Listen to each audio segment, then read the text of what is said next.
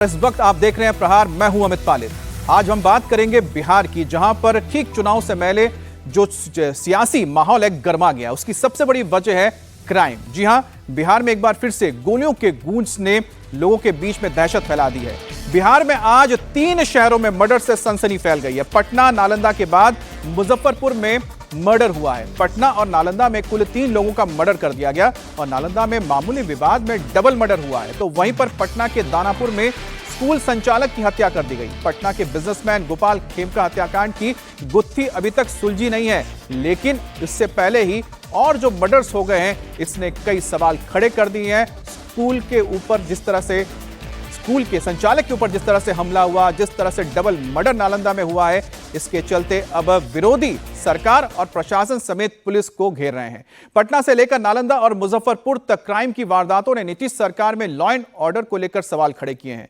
पटना बिहार की राजधानी है, जहां पर मुख्यमंत्री रहते हैं, तो वहीं पर नालंदा नीतीश कुमार का गढ़ यानी कि गृह क्षेत्र है। तो मुख्यमंत्री का गृह क्षेत्र और ऐसे साथ ही लगातार जो अपराध होते जा रहे हैं राजधानी पटना से लेकर नालंदा तक, इस चक्कर में अब नीतीश को घेरा जा रहा है और नीतीश के ऊपर विपक्ष हमलावर है। बिहार में चुनाव होने जा रहे हैं और ठीक चुनाव से पहले ये जो क्राइम का बढ़ता हुआ ग्राफ है, ये दोनों ही यानी कि सरकार और साथ ही साथ बीजेपी और जेडीयू के लिए बड़े प्रॉब्लम क्रिएट कर सकता है। अब पटना के कारोबारी गोपाल खेमका की हत्या के दोषी अभी तक पुलिस की गिरफ्त में नहीं आए, लेकिन पुलिस एक्शन में है और अब नए नए खुलासे भी किए जा रहे हैं। पुलिस की जांच के जरिए सामने आया है कि गोपाल खेमका की हत्या में एक शूटर के साथ 2 लाइनर भी मौजूद थे। हत्या से पहले तीनों ने खेमका के आवास से करीब 500 मीटर दूर दलदली में एक चाय की दुकान में चाय पी। उसके बाद शूटर गोपाल खेमका के आवास के पास पहुंच गया। एक लाइनर बांकीपुर क्लब पहुंचा, दूसरा आवास के 500 मीटर दूर बिस्कोमान में आसपास मौजूद था। जैसे ही खेमका अपने आवास के गेट पर पहुंचे, शूटर ने उन्हें गोली मार दी और इसके बाद शूटर जेपी गोलबंगर, उसके अलावा बिस्कोमान होते हुए जेपी गंगा पथ के रास्ते सोनपुर की तरफ भागा। अब पुलिस सभी सीसीटीवी को खंगाल रही है इस रूट में मौजूद और फुटेज के जरिए यह पता लगाने की कोशिश कर रहे हैं कि आखिरकार ये जो आरोपी है किस तरफ गए थे और इनके साथ कौन कौन और लोग शामिल थे। अब पुलिस ने पटना के फतुहा के अलावा हाजीपुर, सोनपुर से लेकर छपरा तक में छापेमारी की है। पुलिस को विजय नाम के शूटर के ऊपर हत्या का शक है। अब विजय पर पटना के बुद्धा कॉलोनी थाने में हत्या का केस दर्ज है, जिसमें वो फरार है और पहले भी वो दूसरे गैंग में था, अब नए गैंग में जुड़ गया है। विजय जेल जा चुका है, एक बार उस पर फायरिंग की भी गई थी। पुलिस का दावा है कि शूटर की पहचान तो कर ली गई है और पुलिस ने करीब 1 दर्जन संदिग्धों को उठाया भी है। सबों से पूछताछ की जा रही है और पुलिस ने कल शव यात्रा के दौरान एक संदिग्ध रोशन कुमार को भी हिरासत में लिया है। वो खेमका की शव यात्रा में फूल माला लेकर पहुंचा था। पुलिस के एक अधिकारी के बॉडीगार्ड ने उसे देखा तो उसे शक हुआ, उसे गांधी मैदान थाने के हवाले कर दिया गया। वो पटना के पुनपुन का रहने वाला है, उससे भी पूछताछ हो रही है। अब खेमका के हत्याकांड के तार बेउर जेल से भी जुड़ते हुए नजर आ रहे हैं। बेउर जेल में पुलिस ने रेड की है। बेउर जेल में बंद अजय वर्मा से पुलिस ने घटना के बारे में पूछताछ की है। जेल में छापेमारी के दौरान पुलिस को 3 मोबाइल मिले हैं। इस मामले में जेल आईजी ने 3 जेल कर्मचारियों को सस्पेंड भी कर दिया है। जेल की हर सेल की तलाशी ली गई है। 3 mobile, SIM card, data cable बरामद हुआ है। 3 कुख्यात बदमाशों से पुलिस ने पूछताछ की है और इसके अलावा कागज पर लिखे कई मोबाइल नंबर भी पुलिस के हाथ लगे हैं, जिसकी जांच हो रही है। अब सीसीटीवी के जरिए हत्यारों की पहचान करना तो मुश्किल हो गई है, क्योंकि चेहरा दिख नहीं रहा है। हत्यारों ने पूरी तैयारी कर रखी थी। उन्होंने पहचान छिपाने के लिए हेलमेट पहन के रखा हुआ था और इसलिए पुलिस को अब सबसे बड़ी चुनौती है कि इनकी पहचान कैसे हो। सूत्रों के मुताबिक शूटर का आखिरी लोकेशन हाजीपुर में मिला है, जिसके बाद पुलिस जमीन विवाद और खेमका के बेटे गुंजन के 7 साल पहले हुई हत्या के एंगल से भी इसे जोड़कर मामले की जांच को आगे बढ़ा रही है। 2018 में गोपाल खेमका के बेटे गुंजन का मर्डर हाजीपुर में कर दिया गया था, जब वो अपने फैक्ट्री पर गए थे।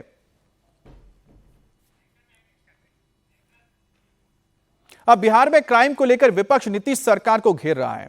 नेता विपक्ष तेजस्वी यादव तो पटना में कारोबारी की हत्या को लेकर नालंदा में डबल मर्डर के मुद्दे को उठाते हुए नीतीश पे सीधा उन्होंने सवाल खड़े कर दिए हैं। तेजस्वी ने एक्स पोस्ट पर लिखा, पटना में हत्या, नालंदा में डबल मर्डर, अपराधी मस्त, पुलिस पस्त, मुख्यमंत्री अचेत, अधिकारी जड़ और व्यवस्था निर्जीव, कहीं कोई किसी को सुनने वाला नहीं है। दूसरी तरफ डिप्टी सीएम सम्राट चौधरी कह रहे हैं कि एक्शन हो रहा है। रविवार को खेमका के परिजनों से मुलाकात करने पहुंचे थे डिप्टी सीएम सम्राट चौधरी। उन्होंने कहा कि अपराधी अगर पाताल में भी छिपे होंगे तो भी उनको तलाश कर लाएगी पुलिस।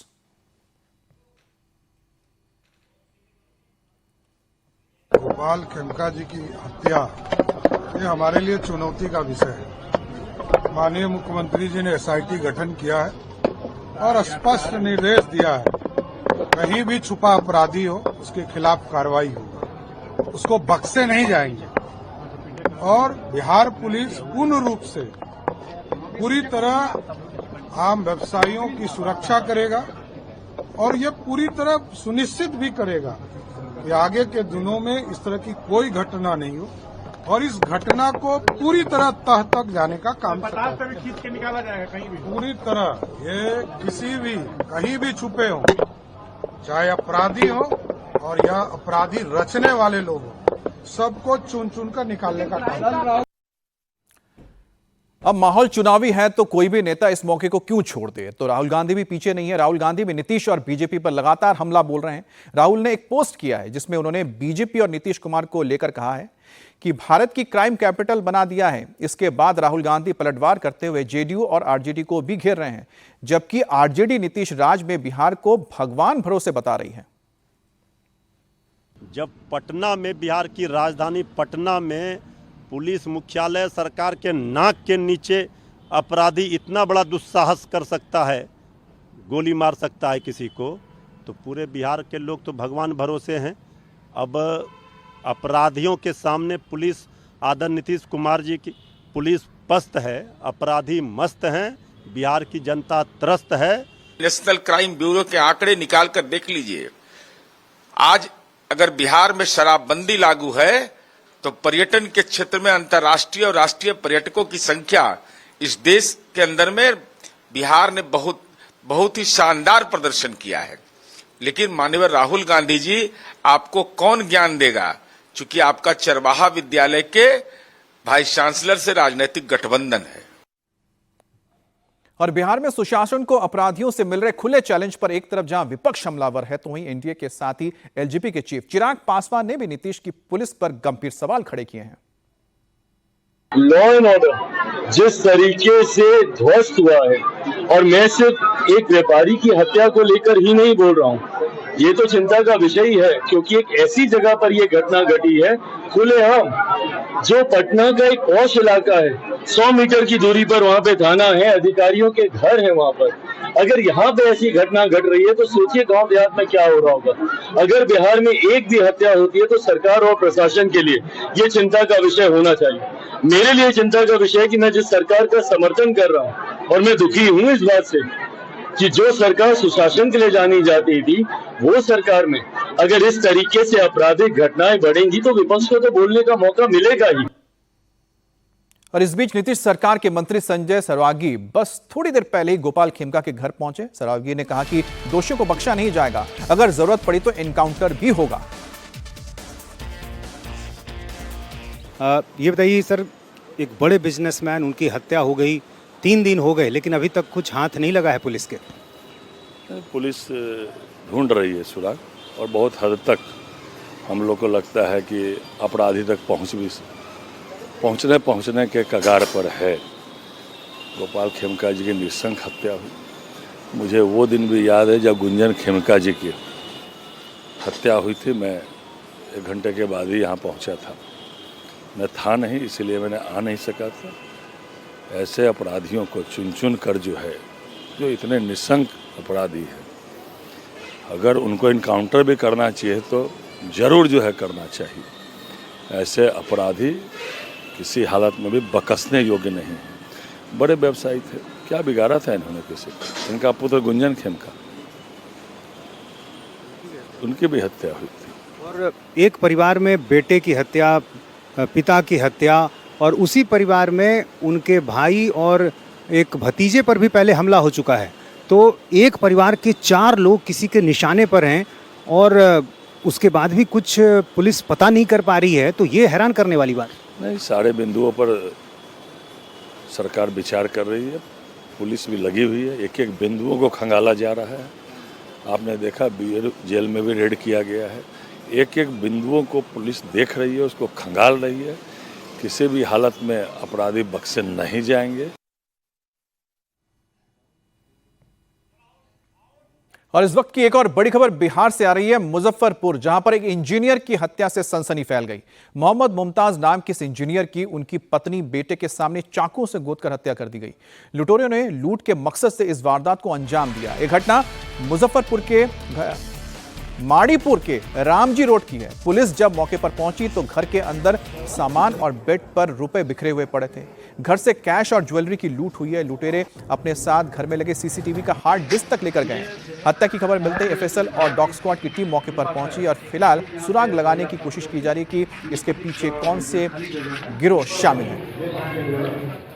घटना लगभग 3 बजे के आसपास है और हमको 4 बजे तक सूचना मिली है। हम आधा घंटा में यहाँ पे पहुँच गए हैं और उसका प्रोसेसिंग, अभी क्राइम सीन का प्रोसेसिंग चल रहा है। एफएसएल टीम भी पहुंची हुई है, डीएयू टीम भी, टेक्निकल टीम भी आया हुआ है और एसडीपीओ एसएचओ पूरा थाना यहाँ पे लगा हुआ है। और घटना का नियत क्या है, घटना का तरीका क्या है, या मोड ऑफ ऑपरेशन को देखते हुए हम इसमें सस्पेक्ट लोगों का भी चिन्हित कर रहे हैं। तुरंत इसका कार्रवाई किया जाएगी इसमें। क्राइम सीन वहाँ पे मर्डर वेपन जो है चाकू से मारा गया है, तो वो वहाँ पे मिला है। एफएसएल टीम उसको नियमानुसार उसको सीज किया जाएगा। प्रथम दृष्टया क्या लग रहा है, क्या हुआ? ये गृह विधेयन का पैसे लग रहा है, और लेकिन पूरा जांच होने के बाद ही आपको स्पष्ट रूप से आपको बताया जाएगा। और अब बात करते हैं मुख्यमंत्री नीतीश कुमार के गृह जिले नालंदा की, जहां पर डबल मर्डर से सनसनी फैल गई है। नालंदा के दीपनगर में एक 20 साल की लड़की और 16 साल की लड़की की गोली मारकर हत्या कर दी गई। परिजनों के मुताबिक डुमरावा गांव में कीर्तन हो रहा था। इस बीच एक ग्रुप के बच्चे का दूसरे ग्रुप के बच्चों के साथ विवाद हुआ। फिर दूसरे पक्ष के लोगों ने गांव में घुसकर अंधाधुंध फायरिंग की। बदमाशों ने सिर में गोली मारकर अनु और किशोर नाम के लड़के और लड़की की हत्या कर दी। परिवार वाले दोनों को बिहार शरीफ मॉडल हॉस्पिटल लेकर गए, जहां डॉक्टर ने लड़की की जांच कर हाई सेंटर रेफर कर दिया, जिसके बाद एम्बुलेंस ले जाते वक्त उसकी मौत हो गई, जबकि लड़के की मौत तो पहले ही हो चुकी थी। दोहरे हत्याकांड से पूरे नालंदा में दहशत है और नालंदा पुलिस ने अब तक 7 लोगों को गिरफ्तार किया है। अखंड हो रहा था, मतलब बच्चा के मतलब मैटर था। तो मतलब कि मैटर था, तो गांव में मैटर के बच्चा के होता है तो मतलब मैटर सॉल्व किया जाता है, होता है ना। तो सॉल्व नहीं किया था, वहाँ मतलब कोयरी है या कुर्मी है, वो मतलब बंदूक और सामान के प्रसाद किया, चालू कर दिया। 2 लोगों के हुआ, लेडीज के हुआ, लड़की को हुआ, और मेरा को साला था अपना, उसको हुआ। दोनों अलग अलग घर के? नहीं, हाँ अलग अलग था, मतलब चाची का मतलब लड़की था। कुछ नहीं हुआ, मतलब कि जैसे दोस्त यार होता है, जैसे आपका दोस्त है तो वो बोला कि चलो हाँ ऐसा ऐसे हुआ, तो वो बेचारा बच्चा था, वो धाव गया, तो वो सीधे सामान लेके फायरिंग था, मतलब कि सामान लेके रेडी था। पासवान जी महतो जी ने 2 गो के गोली मार दिया है, एगो तो मौत हो गया है। जरा इनको सांस बच रहा था, हमने लेके आए कि हॉस्पिटल लेके चलो, डॉक्टर नहीं देखा, वेंटिलेटर को व्यवस्था नहीं था, डॉक्टर बोला कि आप पावापुरी ले जा सकते हैं। अच्छा, गोली कहाँ लगी मारा? लड़ाई पीटी हुआ, डंडा पानी हुआ, इस महीने से गोली चलाया, आगे चढ़ के मार बैठा। 2 लोग गोली लगा है? हाँ, 2 मौत गाड़ी में है। दोनों एक ही घर के हैं क्या? नहीं, अलग अलग घर का है दोनों से। दोनों बच्चा है क्या? एगो बच्ची है, एगो बच्चा था। अब दोनों मृतक अलग अलग परिवार से हैं। बच्चों के मामूली विवाद में लड़ाई बड़ों की हो गई और कहासुनी के बाद विवाद और ज्यादा बढ़ गया, जिसके बाद गोलियां चलने लगी। अब पुलिस मामले की तो गहराई से जांच कर रही है, लेकिन जिनके बच्चे गए हैं वो रो रो कर उनका बुरा हाल है, मातम छाया है परिवार। जानकारी मिली है कि दीपनगर थाना अंतर्गत डुमरावा गांव में गोलीबारी हुई है, जिसमें 2 व्यक्ति की मृत्यु हो गई है। दोनों डेड बॉडी को वहां से यहाँ लाया गया था। यहाँ आकर पता चला है कि दोनों की मृत्यु हो गई है। अभी घटना का कारण स्पष्ट नहीं हो रहा है, किस बात को लेकर विवाद हुआ रहा है। गांव में पुलिस बल वहाँ तैनात है और छापामारी कर रही है। और पटना में अभी बड़े उद्योगपति गोपाल खेमका के मर्डर केस की गुत्थी सुलझी तक नहीं है कि अपराधियों ने फिर से बिहार की राजधानी में मर्डर की वारदात को अंजाम दिया। पटना के दानापुर इलाके में एक स्कूल संचालक अजीत कुमार को गोली मारकर हत्या कर दी गई। बाइक सवार अपराधियों ने अजीत कुमार को सगुना खगौल मार्ग पर डीएवी स्कूल के पास गोली मारी। उस वक्त अजीत कुमार अपने पिता को खाना देकर स्कूटी से घर लौट रहे थे। अजीत कुमार लेखा नगर में अपनी पत्नी और बच्चों के साथ रहते थे, जबकि उनके बुजुर्ग पिता सगुना मोड़ स्थित में अपार्टमेंट में रहते थे। वारदात को अंजाम देने के बाद बाइक सवार अपराधी मौके से फरार हो गए। उनकी तलाश की जा रही है। अब पुलिस के मुताबिक अजीत कुमार को सिर में गोली लगी है। पुलिस ने पूरे मामले के लिए एक SIT बना दी है, लेकिन बड़ी बात यही है कि पटना में एक तरफ लगातार इस तरह की घटनाएं हो रही हैं और ये रुकने का नाम ही नहीं ले रही, पूरे बिहार की अगर बात की जाए। ढोल थाना क्षेत्र के अंतर्गत DAV स्कूल के सामने एक व्यक्ति जिनका नाम अजीत कुमार है, उम्र लगभग 50 वर्ष है, जो मुस्तफापुर के रहने वाले हैं, इनकी गोली मारकर हत्या कर दी गई है। और जैसे ही पुलिस को सूचना मिलती है, पुलिस तुरंत मौके वारदात पर पहुंचती है और अनुसंधान में जुट जाती है। हम लोगों ने उनकी बॉडी को अनुमंडल अस्पताल में एडमिट करवा दिया है और आगे की इसमें कार्रवाई की जा रही है, पोस्टमार्टम वगैरह भी करवाया जाएगा। इसके अलावा FSL की टीम को भी सूचित कर दिया गया है और इसमें जो भी टेक्निकल और साइंटिफिक एविडेंस है उनका हम लोग कलेक्शन कर रहे हैं। CCTV फुटेज भी खंगाली जा रही है और SDPO दानापुर के नेतृत्व में एक SIT का गठन भी कर दिया गया है, जिसमें टेक्निकल टीम भी है और जल्दी हम लोग इसका उद्भेदन कर लेंगे। और परिजनों से भी हम लोगों ने बात की है, उनके परिजन आए हुए भी हैं और आगे की इसमें कार्रवाई की जाएगी। और इस वक्त की बड़ी खबर बिहार से जुड़ी हुई है। बिहार में वोटर लिस्ट के मामले पर सुप्रीम कोर्ट ने बड़ा फैसला लिया है। सुप्रीम कोर्ट ने 10 जुलाई को इस मामले पर सुनवाई की बात कही है। वोटर लिस्ट रिवीजन पर अंतरिम रोक लगाने से सुप्रीम कोर्ट ने इनकार कर दिया है। Mahua Moitra association for democratic reforms और योगेंद्र यादव ने अलग अलग जनहित याचिकाएं दायर की थी, जिन पर सुनवाई के बाद आखिरकार सुप्रीम कोर्ट ने कहा है कि 10 जुलाई को इस पर सुना जाएगा, सुनवाई होगी, लेकिन तब तक रोक लगाने से इनकार कर दिया है सुप्रीम कोर्ट ने। बिहार में वोटर लिस्ट के रिवीजन को लेकर लगातार विपक्षी दल सवाल उठा रहे थे। उनका कहना था कि बहुत ही कम वक्त बचा हुआ है, इसके पहले अगर इस तरह से रिवीजन होगा तो एक बहुत बड़ा हिस्सा है, करीब 10 से 20% हो सकता है जो वोटर लिस्ट से नाम कट जाए। ऐसे में सरकार के ऊपर भी, इलेक्शन कमीशन के ऊपर भी सवाल उठा गया था और आखिर में सुप्रीम कोर्ट पहुंचे थे विपक्षी नेता। जब आप अंधी गुफा में चलते महसूस करते हैं तो रोशनी का सुराग माननीय सर्वोच्च न्यायालय से ही होता है। हमने गुहार लगाई मुख्य चुनाव आयुक्त और बाकी के 2 आयुक्तों के समक्ष, छोटे छोटे सवाल पूछे। हमने कहा कि 22 बरस ये नहीं हुआ तो कौन सा पोजीशन पेपर या अप्रोच पेपर आपने डेवलप किया। हमने उनसे कहा कि आपने जब कहा था कि मेरे पदभार ग्रहण करने के बाद अब सारे निर्णय पॉलिटिकल पार्टी से बात करके होंगे, किनसे आपने बात की या किसी एक से बात करके इतिश्री कर ली। 11 दस्तावेज यही मान्य होंगे, बाकी कोई सब अमान्य होगा 25 दिन के अंदर। ये आपको कहां से, किस अध्ययन के आधार पर, किस स्टेक होल्डर एंगेजमेंट के बाद आपने तय किया। मानसून का महीना है, पिछली बार जब हुआ था 22 बरस पहले, जो हमें सूचना है 8 से 10 महीने। अब 25 दिन में 20% लोग आपने स्वयं हमसे मीटिंग में कहा बिहार के बाहर पलायन करके रहते हैं, लेकिन वो चुनाव के दौरान आते हैं। हमने अपना भी उदाहरण दिया कि हम में से कई लोग दिल्ली में नौकरी करने के 10-12 वर्षों बाद तक बिहार के ही वोटर रहे, यहां नहीं बनवाया। ये हकीकत है हमारे समाज की। निशाने पे कौन है? डॉक्यूमेंट डेफिशिएंट स्टेट है सबसे ज्यादा बिहार। आप ये हकीकत सब लोग जानते हैं, इस पर सरकार के पास आंकड़े उपलब्ध हैं, बावजूद उसके आप हठधर्मिता त्याग नहीं रहे। और आरजेडी जहां पर इस मुद्दे पर चुनाव आयोग पर सवाल उठा रही है, वहीं वोटर्स वेरिफिकेशन के मुद्दे पर एआईएमआईएम चीफ असदुद्दीन ओवैसी की भी एंट्री हो गई है। स्पेशल इंटेंसिव रिवीजन के मुद्दे पर ओवैसी चुनाव आयोग पहुंचे। ओवैसी ने इस मुद्दे पर चुनाव आयोग के अधिकारियों के साथ बैठक की। उनके लिए बड़ी दिक्कत पेश आएगी और अगर नाम उनका नहीं आएगा तो फिर उनको वोट डालने का इख्तियार नहीं मिलेगा। और फिर ये जो एक्सरसाइज को इलेक्शन कमीशन खुद अपने उसमें नोटिफिकेशन में कह रहा है कि ईआरओ और ईआरओ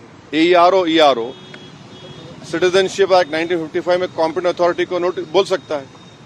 अब जिसका नाम नहीं आएगा वो तो अपना वोट भी खो देगा, उसकी लाइवलीहुड का भी उसको एक नुकसान हो जाएगा। तो ये सब बातें हमने उनके सामने रखी। बहुत देर तक हमारी मीटिंग हुई। उन्होंने अपनी बात को कहा, उन्होंने भी बताया हमको। अब ये हमारी आज की मीटिंग की ये वो माने मोटा मोटा ये जो हुआ। पार्टियां हैं बिहार में, जो विपक्षी पार्टियां हैं, एक के बाद एक पहले मैडम को। विपक्षी पार्टियां जो दूसरी है वो सुप्रीम कोर्ट पहुंच गई है इसी मुद्दे को लेकर। कह रही कि एसआईआर जो है वो कहीं न कहीं इस वजह से भी किया जा रहा है ताकि बीजेपी को फायदा हो सके। वहाँ नोटिस इशू किया 10 तारीख के लिए। अब हमारी पार्टी में भी हम बैठ के बात करेंगे और इस पर क्या फैसला लेंगे, मगर हमारा एक ही है कि आप इतने कम टाइम में एक्सरसाइज कैसे कर पाएंगे। बहुत टाइम कम है। एसआईआर में भाई जो लोग जो अपना एड्रेस चेंज कर लिए उनको क्यों आप पूछ रहे हैं बर्थ सर्टिफिकेट। और बात करते हैं बिहार में मुहर्रम को लेकर जो बवाल हुआ है। कहीं पत्थर चले, कहीं लाठियां चली, किसी का सिर फूटा तो कहीं पर बेमौत लोग मारे गए। मुहर्रम के जुलूस में उपद्रवियों ने धर्म के नाम पर जमकर हुड़दंग मचाया, पुलिस पर हमला तक किया, हिंदुओं के घरों और मंदिरों पर पथराव किया गया। यानी मुहर्रम के जुलूस की आड़ में माहौल बिगाड़ने की पूरी कोशिश हुई है।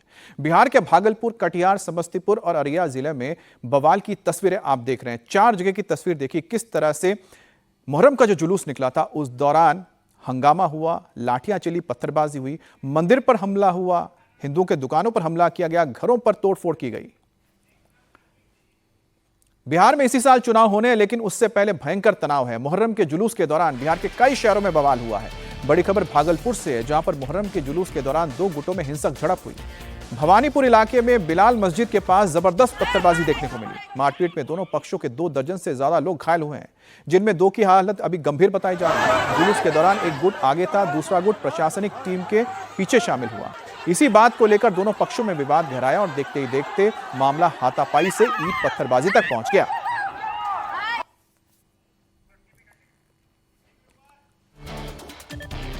और भागलपुर में कई जगह पर बवाल हुआ है। तजिया जुलूस के दौरान भागलपुर के लोदीपुर इलाके में भी जमकर हिंसा हुई है। एक समुदाय के 2 गुट आपस में ही भिड़ गए। दोनों गुट के बीच जमकर फायरिंग और लाठी डंडी चले। इस घटना में 8 लोग घायल हुए हैं। घायलों को इलाज के लिए अस्पताल में भर्ती कराया गया है और बताया जा रहा है कि ताजिया के जुलूस के दौरान मामूली बात को लेकर विवाद हुआ और इसके बाद दोनों पक्ष आपस में भिड़ गए, यानी कि एक ही समाज के दोनों गुट भिड़े हैं।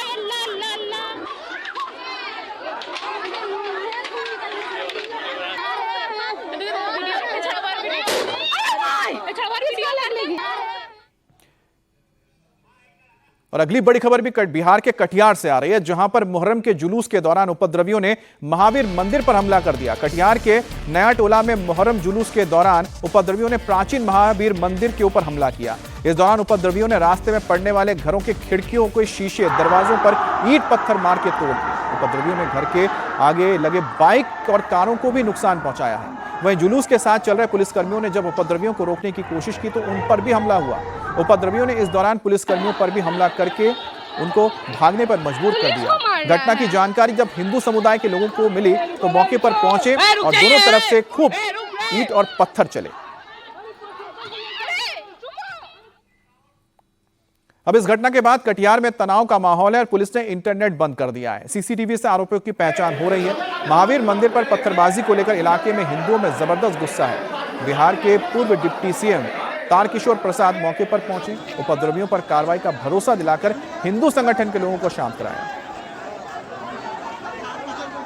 नया टोला चौक पर ताजिए का जुलूस जा रहा था और उसमें से असामाजिक तत्वों ने अचानक निर्दोष और जो दर्शक के रूप में मोहल्ले के लोग खड़े थे उन पर बिना कारण हमला किया और पत्थरबाजी की, जो घोर निंदनीय है। घटना की जानकारी मिलते ही मैं वहां पहुंचा हूं। एक और बड़ी खबर आ रही है समस्तीपुर से। समस्तीपुर में भी मुहर्रम के जुलूस के दौरान भारी बवाल देखने को मिला। मुहर्रम के जुलूस के दौरान नगर थाना क्षेत्र में मारवाड़ी बाजार से उपद्रवियों ने जमकर उत्पात मचाया। जुलूस में शामिल उपद्रवियों ने मारवाड़ी बाजार में एक पूजा सामग्री की दुकान के ऊपर हमला किया, दुकान में तोड़फोड़ की। जिस वक्त जुलूस मारवाड़ी बाजार से गुजर रहा था उसी वक्त इस दुकान के ऊपर हमला किया गया। बावजूद इसके कि उपद्रवियों ने पूजा के सामान बेचने वाली दुकान को निशाना बनाया, तोड़फोड़ की और दुकान में जो पूजा के सामान रखे थे उन्हें भी निकालकर सड़क पर फेंक दिया। अब दुकान में मौजूद 2 युवक उपद्रवियों के साथ उन्हें रोकने के लिए पहुंचे तो उनके साथ मारपीट की गई। हालांकि पुलिस का कहना है कि ये 2 लोगों के बीच का झगड़ा था। ये इस जुलूस में मौजूद हर व्यक्ति के साथ इस दुकान के बाद जो लोग थे उनका कोई विवाद हुआ होगा। सड़क पे एक भी नहीं रखा हुआ था, सब अंदर था। नाला के अंदर सारा सामान रखा हुआ था, वो जबरदस्ती निकाल के सारा फेंक दिए रोड पे। शटर पे खूब पीट पाट किए हैं, शीशा उसा भी तोड़फाड़ कर दिए हैं। पुलिस प्रशासन को कॉल किया, जब सारा घटना घट गया उसके बाद पुलिस प्रशासन आई है। इतना 112 को बहुत बार कॉल किए, उसके बाद आई है सारा घटना घटने के बाद। मुस्तैद है, यहाँ इस रास्ते से जुलूस जा रहा था। ये जो दुकानदार है ये भी रामनगर के रहने वाले हैं और रामनगर के तरफ का ही जुलूस है।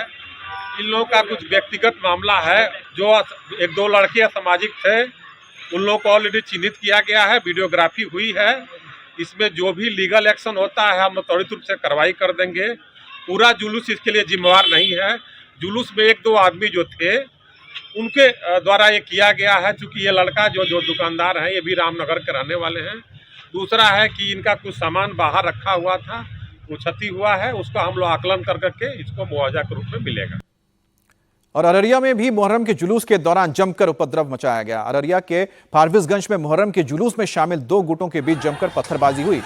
बताया जा रहा है कि फारबिसगंज में जुलूस के दौरान लाठी खेलने को लेकर विवाद हो गया, जिसके बाद दो गुट आपस में भिड़ गए। पत्थरबाजी भी हुई, जिसके बाद अफरा तफरी मच गई।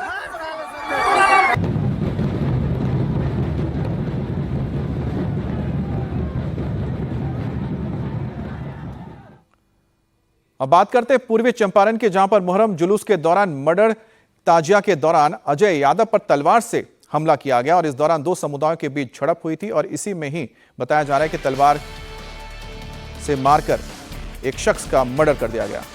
ताजिया के दौरान अजय यादव के ऊपर तलवार से वार किया गया था और इसके चलते इस शख्स की यानी अजय यादव की मौत हो गई।